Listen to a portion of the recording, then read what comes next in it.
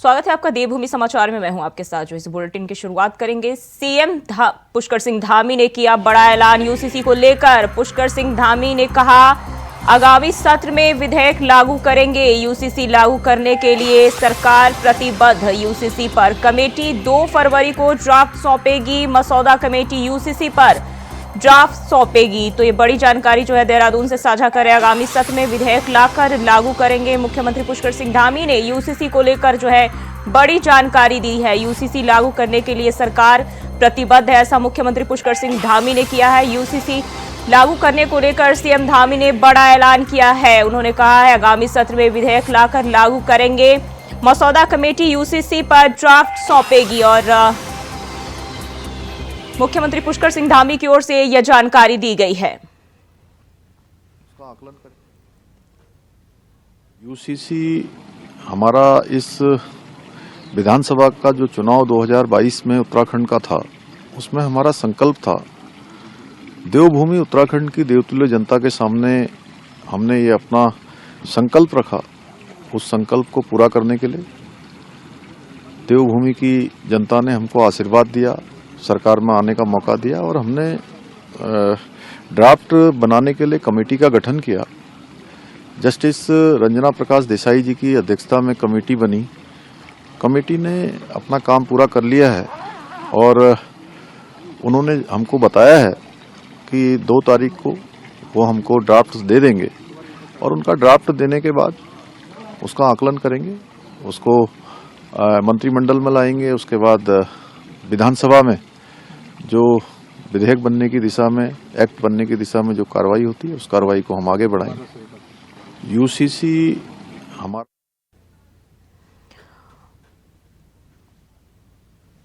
और इसी खबर पर ज्यादा जानकारी के साथ हमें कैंतुरा हमारे साथ जुड़ गए हैं। अब है यूसीसी को लेकर पुष्कर सिंह धामी ने बड़ा ऐलान किया है। बिल्कुल, मुख्यमंत्री पुष्कर सिंह धामी एक के बाद एक जो अपनी घोषणाएं थी, उन घोषणाओं को पूरा करने का काम यहां पर कर रहे हैं। मुख्यमंत्री पुष्कर सिंह धामी का जो संकल्प था, वो संकल्प पूरा होता हुआ दिख रहा है। 2022 के विधानसभा चुनाव से पहले मुख्यमंत्री पुष्कर सिंह धामी ने जो यूसीसी का जो संकल्प लिया था, वो संकल्प अब आखिरी चरण में यहाँ पर पहुंच चुका है। यानी सरकार बनने के बाद जो विशेषज्ञ समिति का गठन किया गया था, जो यूसीसी का ड्राफ्ट तैयार करेगी, सुप्रीम कोर्ट की जो जस्टिस थी रंजना देसाई, उनकी अध्यक्षता में जो कमेटी का गठन यहाँ पर किया गया था, उस कमेटी ने बेहतर काम यहां पर किया और अब उम्मीद यह है, जो मुख्यमंत्री पुष्कर सिंह धामी ने कहा कि आगामी 2 फरवरी तक सरकार के पास यूसीसी अपना ड्राफ्ट यहां पर सौंप देगी। यूसीसी की जो विशेषज्ञ समिति थी अपना ड्राफ्ट यहां पर सौंप देगी और उसके बाद सरकार उसका अवलोकन यहां पर करेगी, उसका विधिक परीक्षण यहां पर करेगी और उसके बाद सरकार उसे कैबिनेट में और कैबिनेट के बाद सदन के पटल पर विधेयक के रूप में लाने का काम यहां पर करेगी। तो ये समझा जा सकता है कि उत्तराखंड राज्य अब आगामी दिनों में देश का ऐसा पहला राज्य यहां पर बनेगा जहां यूसीसी कानून को लागू करने वाला पहला राज्य होगा, जहां पर यूसीसी कानून लागू होगा। और ये कानून सीधे तौर पर जो जनता के जो सुझाव है, उन सुझावों के आधार पर यहाँ पर बनाया गया है। यानी राज्य की जो जनता है, उनके हितों का संरक्षण करते हुए, उनके हितों को ध्यान में रखते हुए इस कानून को बनाने का काम सरकार की तरफ से यहाँ पर किया गया है। और मुख्यमंत्री पुष्कर सिंह धामी ने जो संकल्प लिया था, वो संकल्प भी पूरा होता हुआ नजर आ रहा है। और स्वयं मुख्यमंत्री पुष्कर सिंह धामी ने कहा है कि यूसीसी की जो विशेषज्ञ कमेटी थी, जिसके कंधों पर ड्राफ्ट बनाने की जिम्मेदारी थी, वो जल्द ही ड्राफ्ट अब सरकार को सौंप देगी और 2 फरवरी के दिन उसके लिए मुफिद यहाँ पर समझा जा रहा है, जो बताया भी जा रहा है कि 2 फरवरी तक यूसीसी की ड्राफ्टिंग कमेटी थी, वो अपना ड्राफ्ट सरकार को सौंप देगी। जी, जो है राज्य में लगातार विवाद का एक मुद्दा बनकर रहा है। अब अगर ये लागू किया जाता है, कितना बदलाव जो है जनता के लिए इसमें आ सकता है? देखो, सबसे बड़ी बात है कि मुख्यमंत्री पुष्कर सिंह धामी जनता के हितों को संरक्षित करने का काम यहाँ पर कर रहे हैं। जनता के लिए जो जरूरी चीज़ें हैं, उन जरूरी चीज़ों को बनाने का काम मुख्यमंत्री पुष्कर सिंह धामी की तरफ से यहाँ पर किया जा रहा है। उनके लिए लगातार विकास की जो योजना है, उन योजनाओं को लाने का काम यहाँ पर कर रहे हैं। ऐसे में जो यूसीसी की जो मांग लंबे समय से जो चल रही थी, ताकि राज्य की डेमोग्राफी और जियोग्राफी यहाँ पर बदले ना, लगातार लोग उसको लेकर जो मांग यहाँ पर कर रहे थे कि राज्य का जो आकार है, जो स्वरूप है, वो बना रहना चाहिए, राज्य की जो संस्कृति है, वो संस्कृति बिगड़नी नहीं चाहिए, उसके लिए यूसीसी कानून की आवश्यकता है। तो उसी के अनुरूप ये कह सकते हैं कि जो सुप्रीम कोर्ट की जज रही हैं जस्टिस रंजना देसाई, उनकी अध्यक्षता में ड्राफ्ट कमेटी का गठन यहाँ पर किया गया था। आम जनता से सुझाव लिए गए थे। सुझाव के लिए भी कह सकते हैं कि राज्य के हर जनपद में यूसीसी की इस कमेटी की तरफ से आम जनता से सुझाव यहाँ पर मांगे गए थे। ऑनलाइन और ऑफलाइन दोनों माध्यमों से सुझाव मांगे गए थे। उन सुझावों के आधार पर ही कानून यानी ड्राफ्ट बनाने का काम इस कमेटी की तरफ से यहाँ पर कर दिया गया है। 2 फरवरी को जैसे ही यूसीसी कमेटी अपना ड्राफ्ट सरकार को सौंपेगी तो सरकार उसके बाद उसका कानूनी परीक्षण कराने का काम यहाँ पर करेगी और उसके बाद कैबिनेट में लाकर उसे सदन के पटल पर रखने का काम सरकार की तरफ से किया जाएगा। और जिस प्रकार से उम्मीद जताई जा रही है, जो सूत्र बता रहे हैं वो यही है कि इस बार इस कानून में कुछ ऐसी चीज़ों का बड़ा परिवर्तन यहाँ पर किया गया है जो निकट भविष्य के लिए कानून की दिशा में, जनता को न्याय दिलाने की दिशा में एक मील का पत्थर साबित होंगे। जी अभय, कौन कौन से वो अहम मुद्दे हैं जो इस कानून में प्रमुखता से रखा जाएगा, जो जनता के हित के लिए हो? तो बिल्कुल ये तो कह सकते हैं कि अभी सीधे तौर पर हर चीज़ की पुष्टि तो नहीं हो पाई है, लेकिन जो सूत्र बता रहे हैं वो यही है कि सबसे बड़ा जो बहुविवाह जो प्रथा थी उस प्रथा पर यहाँ पर अंकुश लगाने का काम यहाँ पर किया जाएगा।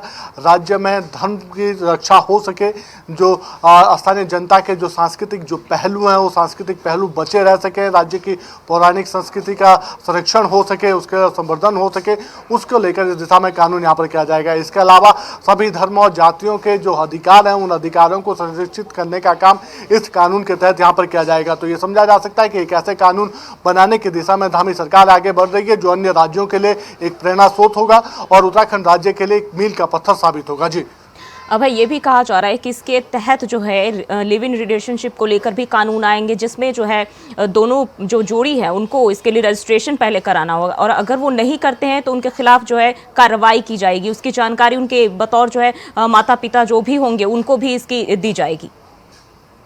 देखिए, सबसे बड़ी बात है कि जो लिविंग रिलेशन को लेकर जो बातचीत अक्सर यहाँ पर कही जाती है उसमें कई तरीके के असमंजस या व्यवधान इससे पहले यहाँ पर देखने को मिले थे और यही वजह रही कि अब सरकार की तरफ से इन सब चीज़ों को लेकर इस कानून में कुछ प्रावधान यहाँ पर किए गए। यानी अगर कोई व्यक्ति रिलेशनशिप में यहाँ पर रहना चाहता है तो उसके लिए उसको पहले कानून यानी अपने नज़दीकी जो थाना होगा वहाँ पर उसकी इन्फॉर्मेशन देनी होगी। पुलिस उनके जो माता पिता यानी उनके जो अभिभावक हैं उन अभिभावकों की रजामंदी को लेकर बातचीत जरूर वहाँ पर करेगी। अगर अभिभावकों की रजामंदी वहाँ पर नहीं होती तो फिर ऐसे में उसे यहाँ पर कानूनी रूप नहीं दिया जा सकेगा, उसके खिलाफ यहाँ पर कानूनी कार्रवाई यहाँ पर की जा सकती है। और अभी तक ये कह सकते हैं कि जो युवाओं के जो अधिकार थे उन युवाओं के अधिकारों का जो दुरुपयोग यहाँ पर हो रहा था, युवा अक्सर जो उसका दुरुपयोग यहाँ पर कर रहे थे, कई तरीके के कह सकते हैं कि एक धर्म के लोग दूसरे धर्मों के साथ गलत चीज़ों का या अफवाहों के तहत जो काम यहाँ पर करते तो उन सब चीज़ों पर भी विराम यहाँ पर लग पाएगा। तो धामी सरकार लगातार कोशिश यही करी कि इस यूसीसी कानून में उन सब चीज़ों का प्रावधान यहाँ पर हो सके। जो जनता के सुझाव है उन सुझावों के आधार पर एक ऐसे बेहतर कानून का निर्माण यहाँ पर हो सके जिससे जनता के हितों को संरक्षित किया जा सके। राज्य में सर्वधर्म सद्भावना की जो बात है वो लगातार आगे रह सके। जी अभय, बहुत बहुत शुक्रिया आपका तमाम जानकारी के लिए। और खबर देहरादून से है, जहां कोलागढ़ में परीक्षा पर चर्चा कार्यक्रम का आयोजन किया गया। कार्यक्रम में मुख्यमंत्री पुष्कर सिंह धामी ने मुख्य अतिथि के तौर पर शिरकत की। प्रधानमंत्री ने वर्चुअल माध्यम से छात्रों के साथ संवाद किया। एग्जाम वॉरियर पुस्तक को भी भेंट किया। प्रधानमंत्री ने बताया कि एग्जाम के दौरान कैसे तनाव मुक्त रह सकते हैं। परीक्षा की तैयारी के बारे में भी जो छात्रों को टिप्स दी। कार्यक्रम में शिक्षा मंत्री धन सिंह रावत भी मौजूद रहे। शिक्षा विभाग के डीजी वंशीधर तिवारी, विभाग के अधिकारी और भारी संख्या में छात्र छात्राएं कार्यक्रम में शामिल हुए।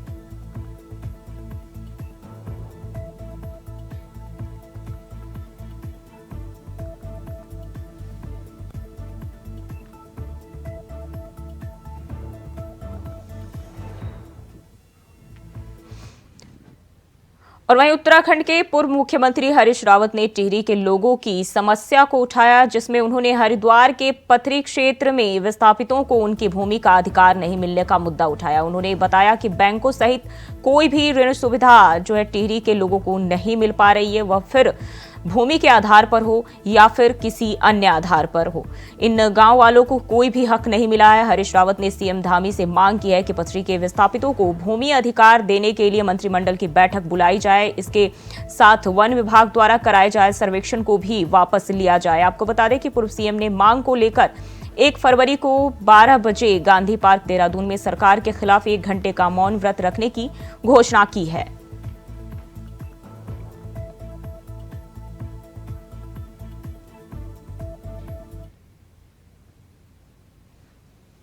उसमें हमारे विस्थापित भाइयों से जो वादे किए गए थे वो वादे पूरे नहीं हुए। यहाँ तक कि सुप्रीम कोर्ट के कुछ मामलों में आदेश हैं, उन आदेशों का भी पालन नहीं हो रहा है।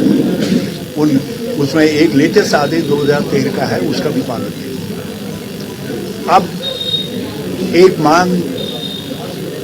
मांग नहीं बल्कि ये हमारा कर्तव्य था राज्य का कि हम उनको मालिकाना हक, भूमिधरी अधिकार दें। टिहरी के लोग जो पथरी में बसे हैं, भाग 1, 2, 3, 4 में वैसे ही बड़ी कष्टपूर्ण स्थिति में है, लेकिन अपनी जोती जारी जमीन पर, अपने आवास पर आज भी उनको मालिकाना हक नहीं मिला है। आज इस महत्वपूर्ण और इसी खबर पर ज्यादा जानकारी के साथ तुषार गुप्ता जुड़ गए हमारे साथ। तुषार, हरीश रावत ने एक बार फिर से टिहरी के लोगों की समस्या जो है उसको लेकर मांग की है सीएम धामी से, क्या जानकारी है? देखिए, बिल्कुल अगर टिहरी झील की बात की जाए, जब टिहरी झील का जब बनी थी तो कहीं वहाँ के लोगों को विस्थापित किया गया था पर राज्य के कई इलाकों में, और हरिद्वार का मसला उन्होंने उठाया है। हरिद्वार लोकसभा चुनाव के लिए वो उनकी चर्चा बन रही है कि वो वहाँ से लड़ेंगे और इसी के तहत वो हरिद्वार की जो समस्या है वो उजागर करने का काम कर रहे हैं। तो टिहरी के जो विस्थापित लोग थे वहाँ पर पतरी क्षेत्र में उनको समस्या आ रही थी क्योंकि उनके जो भूमि थी वो अत्यधिक वन विभाग द्वारा संरक्षण में ये पाया गया कि उनकी भूमि जो अत्यधिक है, लेकिन जो लोग बसे थे वो उसकी भूमि कम दी गई थी। कहीं ना कहीं जो समस्या आ रही थी वन विभाग के उसके तहत आ रही थी और 2016 में सरकार ने ये सोचा था कि भूमि का अधिकार उन लोगों को दे दिया जाए, लेकिन जैसी सरकार बदली तो उनका आरोप है कि उसके बाद इन पर ध्यान नहीं दिया गया और जिसके फलस्वरूप अभी भी उनको अधिकार नहीं मिला है। और अगर बात की जाए तो उन्होंने मांगे रखी हैं कि जल्द से जल्द मंत्रिमंडल में इसकी बैठक हो और इसके विषय के बारे में चर्चा हो और उनका समाधान निकले। और साथ साथ एक THDC और साथ साथ निर्देशक है जिनके द्वारा पूरा ये विस्तारापण हुआ था, उनके दोनों के मिलजुल कर एक संयुक्त संगठन बनाया जाए ताकि जो लोग हैं उनके अधिकारों के लिए लड़ाई हो सके। और उसके तहत आज उन्होंने PC करी है और उन्होंने मांगे रखी हैं कि जल्द से जल्द जो लोग हैं टिहरी विस्थापित हरिद्वार के पतरी क्षेत्र में जिन्हें भूमि का फिलहाल अधिकार नहीं मिला है, उन्हें जल्द से अधिकार दिलाया जाए। और अगर ये ऐसा नहीं करती तो लगातार वो धरना प्रदर्शन भी करेंगे। लेकिन 1 फरवरी को 12 बजे गांधी पार्क में वो राज्य सरकार के खिलाफ मौन व्रत रखने को जा रहे हैं और उसके बाद वो धरना प्रदर्शन भी करेंगे। जी तुषार, बहुत बहुत शुक्रिया आपका तमाम जानकारी के लिए। तो अब जो हरीश रावत ने टिहरी के लोगों की समस्या को उठाया है और इसके लिए उन्होंने मौन व्रत रखने की भी बात कही है।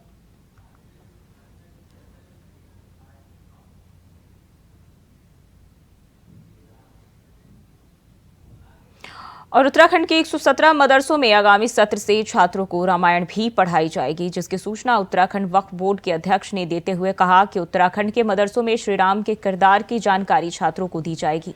मदरसों में NCERT का पाठ्यक्रम लागू किया जाएगा और कहा कि वक्फ बोर्ड आगामी सत्र से पाठ्यक्रम में भी बदलाव करने जा रहा है।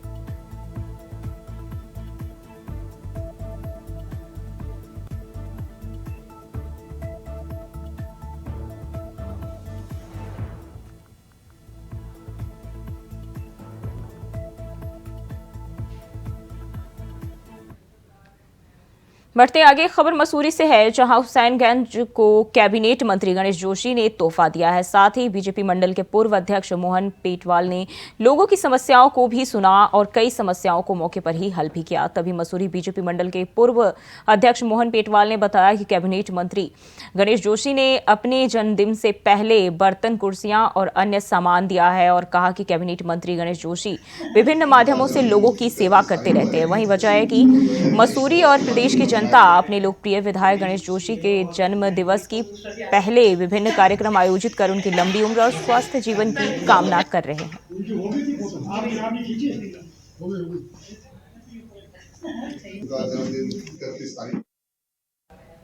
और लोकसभा चुनाव को देखते हुए भाजपा ने अपने संगठन के सभी मोर्चों को एक्टिव कर दिया है। ऐसे में पार्टी के कार्यक्रम और रीति नीति जनता तक सही रूप से पहुंच सके, इसके लिए भाजपा मीडिया टीम की कल एक अहम वर्कशॉप होने जा रही है, जिसमें मोर्चों की मीडिया टीम और प्रदेश की मीडिया टीम को पार्टी के वरिष्ठ नेता और राष्ट्रीय मीडिया प्रमुख अनिल बलूनी संबोधित करेंगे। बीजेपी के इस अहम कार्यक्रम में मुख्यमंत्री पुष्कर सिंह धामी और प्रदेश अध्यक्ष महेंद्र भट्ट भी मौजूद रहेंगे।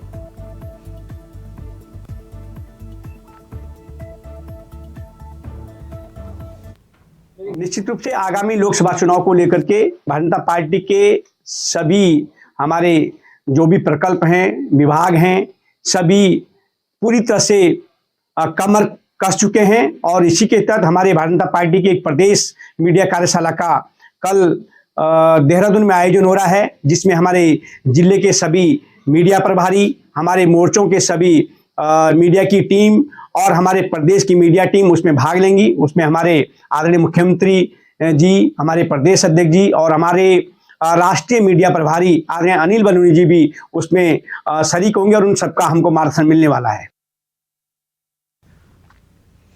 और भाजपा ने लोकसभा चुनाव की तैयारी शुरू कर दी है, जिसके चलते आज हल्द्वानी के कुमाऊं कार्यालय में कई पूर्व सैन्य अधिकारियों ने भाजपा की सदस्यता ग्रहण की। भाजपा सदस्यता अभियान के संयोजक पूर्व कैबिनेट मंत्री गोविंद सिंह बिष्ट ने सभी पूर्व सैन्य अधिकारियों को पार्टी की सदस्यता दिलाई। पूर्व सैन्य अधिकारियों का कहना है कि वह प्रधानमंत्री नरेंद्र मोदी के कामकाज से प्रभावित होकर भाजपा में शामिल हो रहे। गौरतलब है कि कुछ महीनों बाद लोकसभा चुनाव होने हैं, लिहाजा अब भाजपा ने अपना सदस्यता अभियान तेज कर दिया है।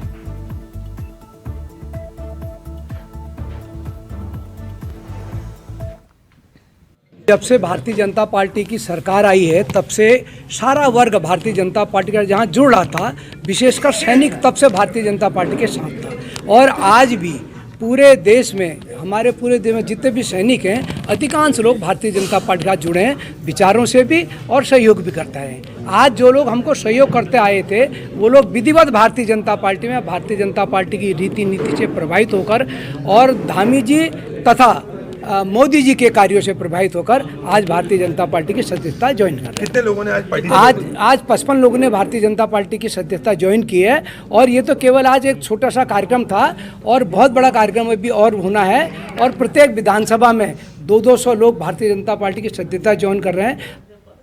और एक खबर देहरादून से है, जहां कांग्रेस के वरिष्ठ नेता और पूर्व विधानसभा अध्यक्ष गोविंद सिंह कुंजवाल का एक बयान सोशल मीडिया में वायरल हो रहा है। इस बयान में वह यह कहते हुए नजर आ रहे हैं कि चुनाव में आजकल पैसा बहुत लगता है और उनके पास पैसा नहीं है। उनके इस बयान के बाद भाजपा के प्रदेश अध्यक्ष महेंद्र भट्ट का बयान भी सामने आया है, जिसमें उन्होंने कहा कि वह हमारे दल में शामिल हो जाएं, उन्हें यहाँ पर पैसों की जरूरत भी नहीं पड़ेगी और अगर कांग्रेस 14 करोड़ रुपए मांग रही है तो यह गोविंद सिंह के कुंजवाल के लिए दुर्भाग्य की बात है, इसलिए वह हमारे दल में आ जाएं, हम उनका स्वागत करेंगे।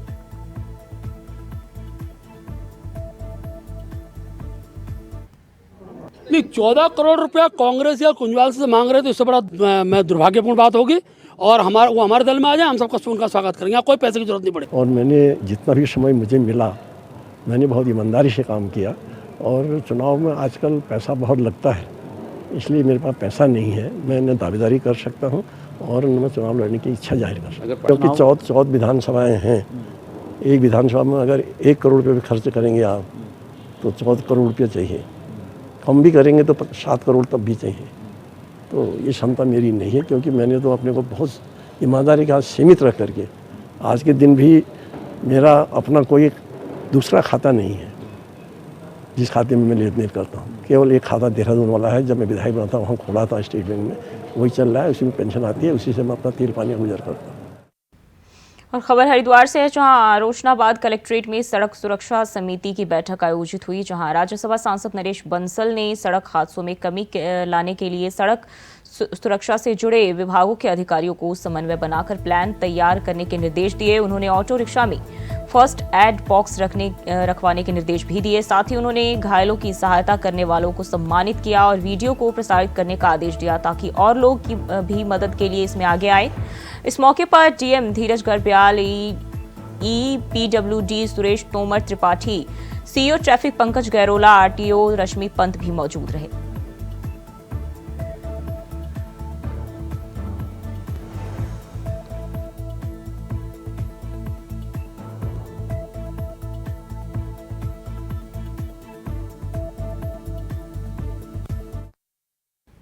और वहीं खबर उधम सिंह नगर से है, जहां पुलिस ने खटीमा में बाबा भारामल मंदिर में हुई हत्या का खुलासा कर दिया है। बता दें कि पुलिस अधीक्षक मंजूनाथ टीसी ने सीमांत झनकैया थाने में प्रेस कॉन्फ्रेंस करके बताया कि घटनास्थल की गहन जंगल के बीच स्थित होने के कारण उक्त मामले में कोई पुख्ता लीड प्राप्त नहीं हो रही थी, जिसके बाद इस वारदात का खुलासा करने के लिए 15 टीमों का गठन किया गया और बताया कि गठित टीमों ने अलग अलग स्तर पर मामले की जांच शुरू की थी, जिसके बाद पुलिस ने उत्तर प्रदेश के पीलीभीत क्षेत्र से 3 आरोपियों को गिरफ्तार कर लिया है।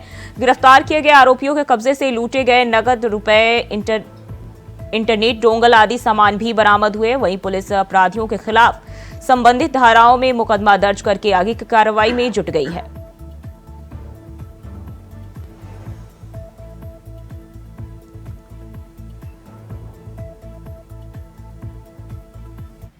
चार और 5 की मध्यरात्रि में बारामल बारामल बाबा मंदिर में जो महंत हरिगिरी महाराज और उनके चेला एक जो है रूपा कहते हैं, उन दोनों की बर्बरता से हत्या हुआ था।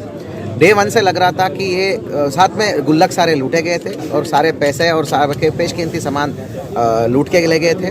तो ये हमारे लिए बहुत चैलेंजिंग घटना था।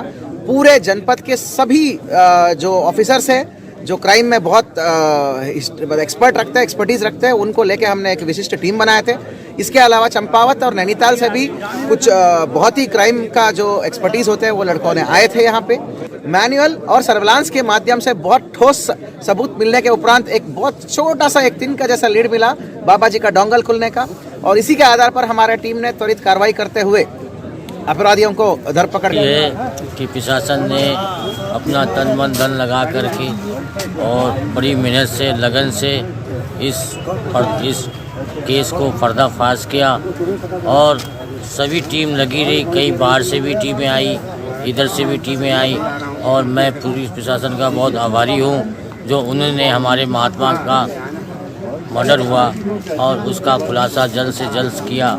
तन मन धन लगाकर इन्होंने मेहनत किया और मैं बहुत ही प्रशासन का आभारी हूँ और प्रशासन को धन्यवाद देता हूँ। मैं ये चाहता हूँ जितने भी पकड़े गए हैं इनको जल्द से जल्द फांसी की सजा सुनाई जाए। और देवभूमि समाचार में फिलहाल के लिए बस इतना ही। खबरों के लिए बने रहे इंडिया वॉइस के साथ।